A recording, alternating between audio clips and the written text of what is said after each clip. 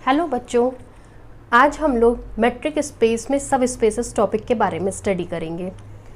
देखिए, सब स्पेसेस में होता क्या है। वैसे मैं जनरली आपको एक बात बता दूं, सब स्पेस नाम ही ऐसा है। अगर मेट्रिक स्पेस का कोई भी सबसेट खुद में मेट्रिक स्पेस बनाने लगता है किसी दी गई मेट्रिक के साथ, तो ऐसे केस में उस सबसेट को उस मेट्रिक के साथ हम लोग सब स्पेसेस कहते हैं। जैसे मान लीजिए कि x, D हमारा कोई मेट्रिक स्पेस है। इस x का हमने एक सबसेट ले लिया y,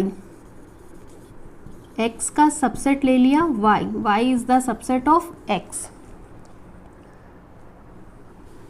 y के ऊपर हमने एक मैट्रिक डिफाइन की d', एक मैट्रिक डिफाइन की d' y के ऊपर एक मैट्रिक है। दैट मीन्स d' एक मैपिंग होगी y क्रॉस y से r के बीच में। देखिए इतने चीज का ग्राफ, मान लिया कि x, D कोई मैट्रिक स्पेस है और y, D' कोई इसका सबसेट है, एक ऐसा सबसेट जो मैट्रिक d' के साथ खुद में मैट्रिक स्पेस फॉर्म करता है। अगर हम y के अंदर दो पॉइंट्स ले लें x और y, तो आप देख सकते हैं वो दोनों पॉइंट्स y में तो होंगे ही होंगे, साथ ही साथ वो दोनों पॉइंट्स x में भी होंगे। दैट मीन्स कि अगर हम y में कोई दो पॉइंट्स ले लें x और y, तो उसकी विशेषता ये होगी कि ये दोनों पॉइंट्स y में तो होंगे ही होंगे, साथ ही साथ वो दोनों पॉइंट्स x में भी होंगे। ठीक इसका उल्टा, अगर हम लोग x में कोई दो पॉइंट यहाँ और यहाँ ले लें, तो ऐसा बिल्कुल ज़रूरी नहीं है कि वो पॉइंट्स y में भी हों। तो यहाँ पे एक कॉमन चीज़ ये है कि हमको जो पॉइंट्स लेने हैं वो ऐसे पॉइंट्स लेने हैं जो x में भी हों और y में भी हों। तब हम लोग कहते हैं कि इन दोनों पॉइंट्स के बीच की डिस्टेंस या मेट्रिक एक बार d' के रिस्पेक्ट में निकालिए और एक बार d के रिस्पेक्ट में निकालिए। इन दोनों पॉइंट के बीच की डिस्टेंस जब d के रिस्पेक्ट में निकालेंगे तो आएगा dxy, और जब हम लोग d' के रिस्पेक्ट में निकालेंगे तो आएगा d'(x, y)। अगर ये दोनों आपस में बराबर हो गए तो उस केस में हम लोग y, d' को कहते हैं सब स्पेस। क्या मतलब हुआ? y में पाए जाने वाले सारे पॉइंट्स के लिए अगर d के रिस्पेक्ट में मैट्रिक d' के रिस्पेक्ट में मैट्रिक के बराबर हो जाती है, तो उस केस में हम लोग y, d' को सब स्पेस का नाम देते हैं। तो कभी आपके दिमाग में सब स्पेस की बात आए तो क्या क्या चीज़ें आपको चाहिए होगी वो बताने चल रही हूँ। सबसे पहले तो आप मैट्रिक स्पेस डिफाइन करेंगे x, D। उस मैट्रिक स्पेस का एक सबसेट लेंगे y, जो d' के रिस्पेक्ट में खुद में एक मैट्रिक स्पेस फॉर्म कर रहा होगा। मतलब d' एक मैपिंग होगी y क्रॉस y से r के बीच में। तब हम लोग कहते हैं कि कॉमन पॉइंट्स ले। कॉमन पॉइंट्स का मतलब x और y में पाए जाने वाले पॉइंट्स को ले जो x में भी हैं और जो y में भी हैं। मतलब हमने y में पॉइंट्स को कलेक्ट किया। जो पॉइंट्स y में पाए जाएंगे ऑब्वियस है कि वो x में ऑटोमेटिक पाए जाएंगे। अगर उन पॉइंट्स की मैट्रिक d के साथ डिस्टेंस मैट्रिक d' के साथ डिस्टेंस के बराबर हो जाती है, तब हम लोग कहते हैं कि y, d' matric space x, D के लिए सब स्पेस का काम करता है। y, d' is the sub space of the matric space x, D। तो यहाँ पे हमको एक मैट्रिक स्पेस चाहिए होगा, उस मैट्रिक स्पेस का एक सब स्पेस चाहिए होगा, सबसेट चाहिए होगा जो खुद में किसी मैट्रिक के रिस्पेक्ट में मैट्रिक स्पेस बनाता हो। फिर y का दो पॉइंट्स चाहिए होंगे। y के पॉइंट्स लेने का मतलब वो x में भी होंगे और y में भी होंगे। तब हम उनके बीच की डिस्टेंसेस निकालेंगे, एक बार मैट्रिक d के रिस्पेक्ट में और एक बार मैट्रिक d' के रिस्पेक्ट में। अगर ये दोनों डिस्टेंसेस बराबर हो जाती हैं तब हम लोग y, d' को मैट्रिक स्पेस x, D का सब स्पेस कहते हैं। अब हम लोग इसको कुछ एग्जाम्पल्स की हेल्प से भी एक बार समझेंगे कि ये किस हद तक सही है और क्या क्या कंडीशंस इसके लिए होनी चाहिए। देखते हैं हमारा एग्जाम्पल। पहला एग्जाम्पल हम लेकर के चल रहे हैं। मान लीजिए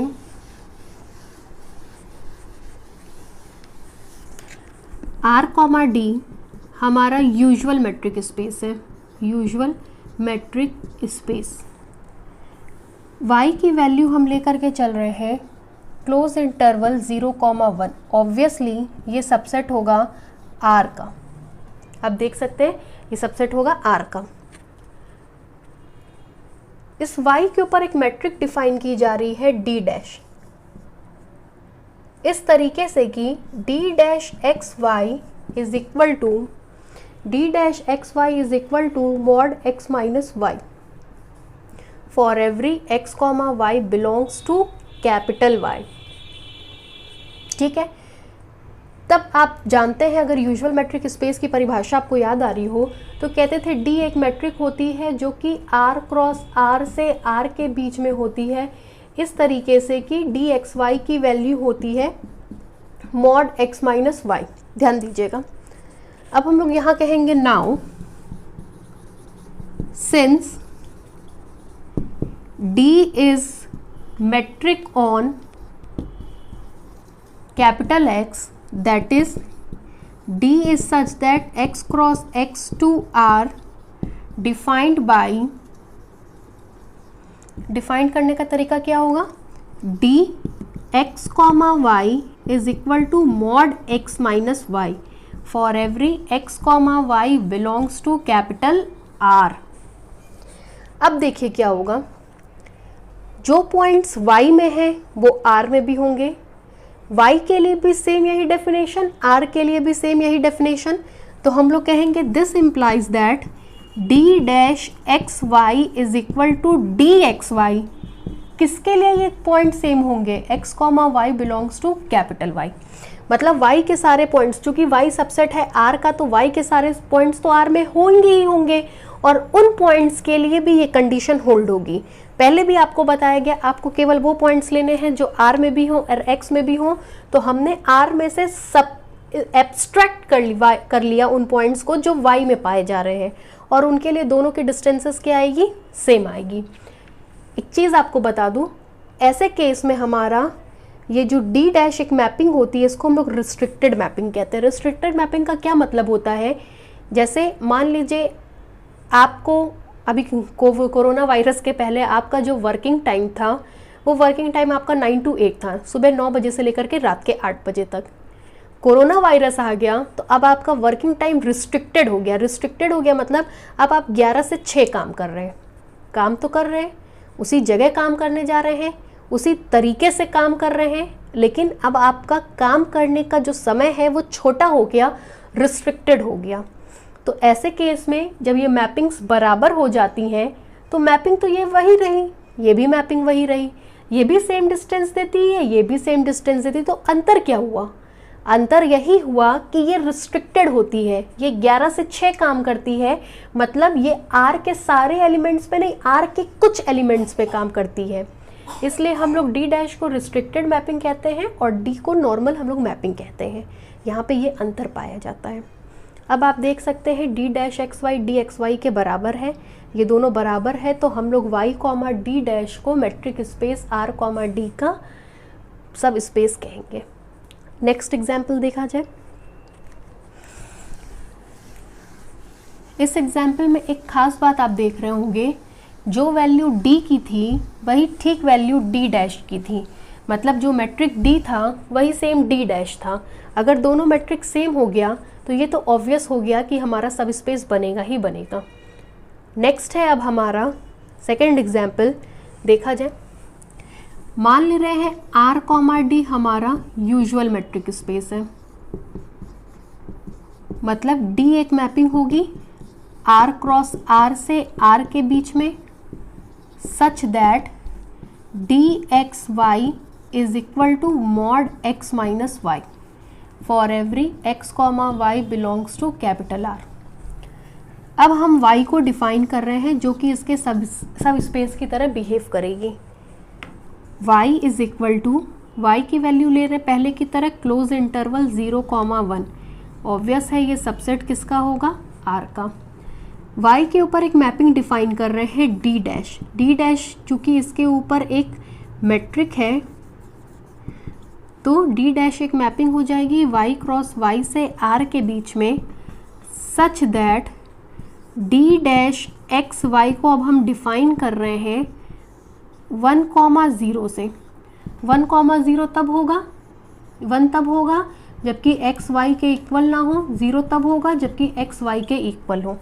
अगर आपको बेसिक डेफिनेशन से याद हो तो आप यहाँ देख सकते हैं कि ये हमारा यूजुअल मैट्रिक स्पेस है जबकि ये हमारा डिस्क्रीट मैट्रिक स्पेस है। मतलब हमने एक मैट्रिक स्पेस ले लिया R comma D, that is usual metric space. R के कुछ पॉइंट्स को हमने छाटा और हमने ले जा करके वाई में रख दिया, that is y is the subset of R. अब हमने y के ऊपर जो मैट्रिक डिफाइन की है वो डिस्क्रीट मैट्रिक डिफाइन की है, दैट इज 1,0। 1 तब होता है जब x y के इक्वल ना हो, 0 तब होता है जब x y के इक्वल हो, that is discrete matric space. हमने एक डिस्क्रीट मैट्रिक स्पेस डिफाइन किया है y के ऊपर। r comma D usual metric space और y कॉमा डी डैश आप कह सकते हैं कि डिस्क्रीट मैट्रिक स्पेस है। y कॉमा डी डैश हमारा डिस्क्रीट मैट्रिक स्पेस है। अब बस हमें केवल इतना चेक करना है कि y में लिए गए किन्हीं दो पॉइंट्स के बीच की डिस्टेंस मैट्रिक d और d डैश के रिस्पेक्ट में सेम होती है या नहीं होती है। सेम हुई तो y d डैश मैट्रिक के साथ y d डैश मैट्रिक के साथ सब स्पेस बनाएगा usual metric space r comma d का। चलिए देखते हैं। अब हम लोग करेंगे क्या, y में दो पॉइंट्स लेंगे, मान ले रहे हैं let x is equal to 1/2 and y is equal to 1/4। ये दोनों ही पॉइंट्स पाए जाएंगे कैपिटल Y में। आप देख सकते हैं चूंकि कैपिटल Y की वैल्यू है क्लोज इंटरवल 0,1, तो एक पॉइंट इसमें हमने 1/2 ले लिया, दूसरा पॉइंट हमने 1/4 ले लिया। ये दोनों ही पॉइंट्स Y में पाए जाएंगे। Y सबसेट है R का, तो ऑब्वियसली R में भी पाए जाएंगे। अब इन दोनों पॉइंट्स के बीच की दूरी निकाल रहे हैं एक बार मैट्रिक D के रिस्पेक्ट में। D 1/2, 1/4 is equal to d x comma y की वैल्यू थी मॉड x माइनस वाई, तो इसकी वैल्यू भी आएगी मॉड 1/2 माइनस 1/4। इसको सॉल्व करेंगे तो इसकी वैल्यू आएगी 1/4। मॉड में 1/4 का मतलब 1/4, दैट मीन्स d 1/2 1/4 की वैल्यू हमको मिल गई 1/4। अगेन अब d डैश के रिस्पेक्ट में निकाला जाए, d डैश 1/2 1/4 के रिस्पेक्ट में निकालेंगे तो देखिए क्या मिलेगा। d डैश कहता है कि वे केवल दो वैल्यूज कंटेन करता है, एक वैल्यू 1, एक वैल्यू 0। अगर x और y आपस में बराबर होते हैं तो 0, बराबर नहीं होते हैं तो 1। यहाँ पे हम लोग देख सकते हैं 1/2 और 1/4 आपस में इक्वल नहीं है। इक्वल नहीं है तो इसकी वैल्यू कितनी आएगी 1, मतलब d डैश एक्स वाई की वैल्यू हमको मिल गई 1।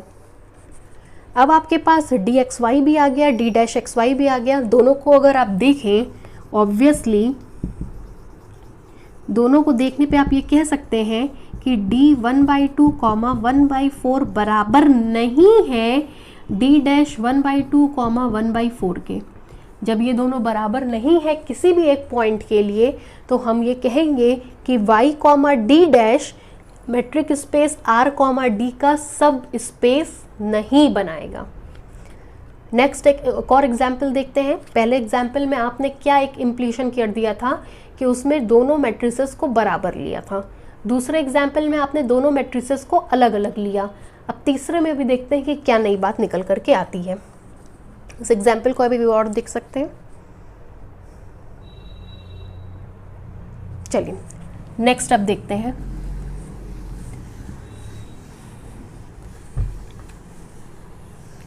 देखिए नेक्स्ट में हम मान ले रहे हैं कि हम जो स्पेस ले रहे हैं कैपिटल X, उसके point x1 x y type के हैं, मतलब ऑर्डर्ड पेयर है जहां x और y हमारे दोनों ही के दोनों रियल नंबर होंगे। अब हम इस पर एक मैट्रिक डिफाइन कर रहे हैं, D is such that x cross x to R such as, क्या है मैट्रिक डिफाइन करने का तरीका, D x कॉमा y इज इक्वल टू, देखिएगा इसको x1 y1 कर दीजिए, x1 y1, मतलब जो हमने x का पॉइंट लिया है वो x is equal to ordered pair type का है। इसको आप चाहें तो x1 x2 भी बना सकते हैं अपनी सुविधा के लिए। देखिए हमने क्या किया, x में एक पॉइंट लिया है, x वो ऑर्डर्ड पेयर टाइप का है, x1, x2 टाइप का है, x1, x2 दोनों r के पॉइंट्स हैं। अब यहाँ देखिए इस पर एक मैट्रिक डिफाइन की है x क्रॉस x से r, आप देख सकते हैं मिलेगा आपको d, x की वैल्यू है हमारे पास x1, x2, y की वैल्यू है होगी हमारे पास y1, y2, मान ले रहे हैं इसकी वैल्यू आएगी अंडर रूट में x1 माइनस y1 का whole square plus x2 minus y2 का होल स्क्वायर। ठीक है, ये हमारा dxy हो गया, जिसको हम लोग इक्लूडियन मैट्रिक भी कहते हैं। ऑब्वियसली है कि ये एक मैट्रिक स्पेस को फॉर्म करता है। अब हम लोग क्या करेंगे, इसका एक सबसेट लेकर के चलेंगे y। देखिए इसमें से उन पॉइंट्स को अब छाटिए जिसका सेकंड स्लॉट 0 हो। सेकंड स्लॉट 0 हो मतलब y is equal to, y में जो पॉइंट्स होंगे वो इस टाइप के होंगे x1, 0, जहाँ x1 हमारा रियल नंबर होगा। मतलब इसमें से हमने उन पॉइंट्स को छाटा है जिसका सेकंड स्लॉट 0 है। सेकंड स्लॉट 0 है, उन पॉइंट्स को छाटा और यहाँ पे लिख दिया। अब इसके ऊपर एक मैट्रिक डिफाइन करने चल रहे हैं डी डैश। डी डैश एक मैट्रिक है y के ऊपर, तो y क्रॉस y से r के बीच में एक मैपिंग हो जाएगी such as D dash x, y is equal to D dash x की वैल्यू रखेंगे तो आएगा x1, 0, y की वैल्यू रखेंगे तो आएगा y1, 0। इसकी वैल्यू हम मान रहे हैं मॉड x1 माइनस y1। पहले एग्जाम्पल में आपकी दोनों मैट्रिसेस सेम थी, दूसरे एग्जाम्पल में दोनों की मैट्रिसेस अलग अलग थी। अब तीसरे एग्जाम्पल में भी हमने मैट्रिसेस को अलग अलग लिया है। पहला हमने लिया है इक्लूडियन मैट्रिक स्पेस, दूसरे में हमने क्या किया है, एब्स्ट्रैक्ट किया है x के उन एलिमेंट्स को जिसका सेकेंड स्लॉट 0 है, उसको छाटा और उसके ऊपर इस तरीके से एक मैट्रिक हमने डिफाइन कर दी। अब हम करेंगे क्या, y में पॉइंट्स लेंगे और ये चेक करेंगे कि dxy डी डैश xy के बराबर आ रहा है कि नहीं आ रहा है। चलिए चेक किया जाए। मान ले रहे हैं let x is equal to x1, 0 and y is equal to y1, 0 belongs to capital Y। इसके हमने 2 पॉइंट्स ले लिए। देन सबसे पहले हम dxy लगाएंगे। dx, y लगाया जाए तो मिलेगा d, x की वैल्यू आएगी x1, 0, y की वैल्यू आएगी y1, 0। d वाले में मान रखा जाए, d वाले में मान रखेंगे तो आएगा under root x1 minus y1 का स्क्वायर, मिलेगा x1 माइनस y1 का स्क्वायर प्लस 0 माइनस 0 का square dxy। This implies dxy is equal to, ये वैल्यू तो पूरी तरह से 0 हो जाएगी, वैनिश कर जाएगी, कोई फ़र्क नहीं पड़ेगा। इसकी वैल्यू आएगी आपकी अंडर रूट में x1 माइनस y1 का स्क्वायर इज इक्वल टू, ये रूट से निकलेगा तो आपको मिलेगा x1 माइनस y1। लेकिन ये बात आप जानते हैं कि मैट्रिक D कभी भी नेगेटिव नहीं होगा। नेगेटिव नहीं होगा तो अगर ये रूट से निकालने के बाद by the way negative value देता भी हो तो आप इसकी एब्सोल्यूट वैल्यू ले लीजिएगा। एब्सोल्यूट वैल्यू का मतलब तुरंत इसकी वैल्यू आएगी मॉड x1 माइनस y1। क्यों एब्सोल्यूट वैल्यू लेंगे, ये बात आपको समझ में आ गई होगी, क्योंकि D हमारा कभी भी नेगेटिव नहीं होगा। नेगेटिव नहीं होगा, हो सकता है भाई ये क्वांटिटी तो पॉजिटिव स्क्वायर होने के कारण रूट में पॉजिटिव पॉसिबल है, लेकिन अगर ये क्वांटिटी नेगेटिव होती ये बाहर निकल के तो D नेगेटिव आता, तो उस कंडीशन पे तो D मैट्रिक ही नहीं बनाता। इसलिए हमने यहाँ पे इसकी एब्सोल्यूट वैल्यू को ले लिया है। तो इसका मतलब हमारा dxy की वैल्यू आई है mod x1 minus y1 and अब हम इस पे d डैश लगाएंगे। d डैश x, y लगाएंगे तो मिलेगा d डैश x की वैल्यू है x1, 0, y की वैल्यू है y1, 0। सॉल्व करेंगे तो इस परिभाषा के हिसाब से हमको मिल जाएगा मॉड में x1 माइनस y1, मतलब d डैश x, y की वैल्यू भी आ गई x1, मॉड में x1 माइनस y1। आप देख सकते हैं ये वैल्यू इस वैल्यू के बराबर है। दैट मीन्स ऑब्वियसली dxy बराबर है d डैश xy के for every x comma y belongs to capital y. तो अब हम ये बात कह सकते हैं कि चूँकि ये मैट्रिक D और D के रिस्पेक्ट में सेम मैट्रिसेस दे रहा है, इस कारण से y कॉमा D dash metric x comma D के साथ सब स्पेस को फॉर्म करेगा। तो आपने आज 3 एग्जाम्पल्स देखे, तीनों का अलग अलग ऑब्जर्वेशंस देखा, आपको ये बात समझ में आ गई कि सब स्पेस का बनना या ना बनना टोटली D और Y, D डैश और Y पे डिपेंड करता है। जब D डैश की वैल्यू D के बराबर होगी तो 101% D डैश वाला सेट दिए गए सेट का सब स्पेस फॉर्म करेगा। मतलब सब स्पेस बनने की एक सबसे इम्पॉर्टेंट कंडीशन ये हो गई कि D D डैश के बराबर है। अगर D D डैश के बराबर है तो 101% वो अपने आप सब स्पेस फॉर्म करेगा। अगर D D डैश के बराबर नहीं है then you should have to check कि वो फॉर्म करेगा सब स्पेस कि नहीं फॉर्म करेगा। अब हम लोग आगे इसके कुछ और एग्जाम्पल्स को डिस्कस करेंगे, डेफिनेशंस को डिस्कस करेंगे। अगर आपको मेरा चैनल पसंद आए तो प्लीज़ लाइक करें, सब्सक्राइब करें और लोगों तक भी इसके लिंक को पहुंचाएं। Thank you.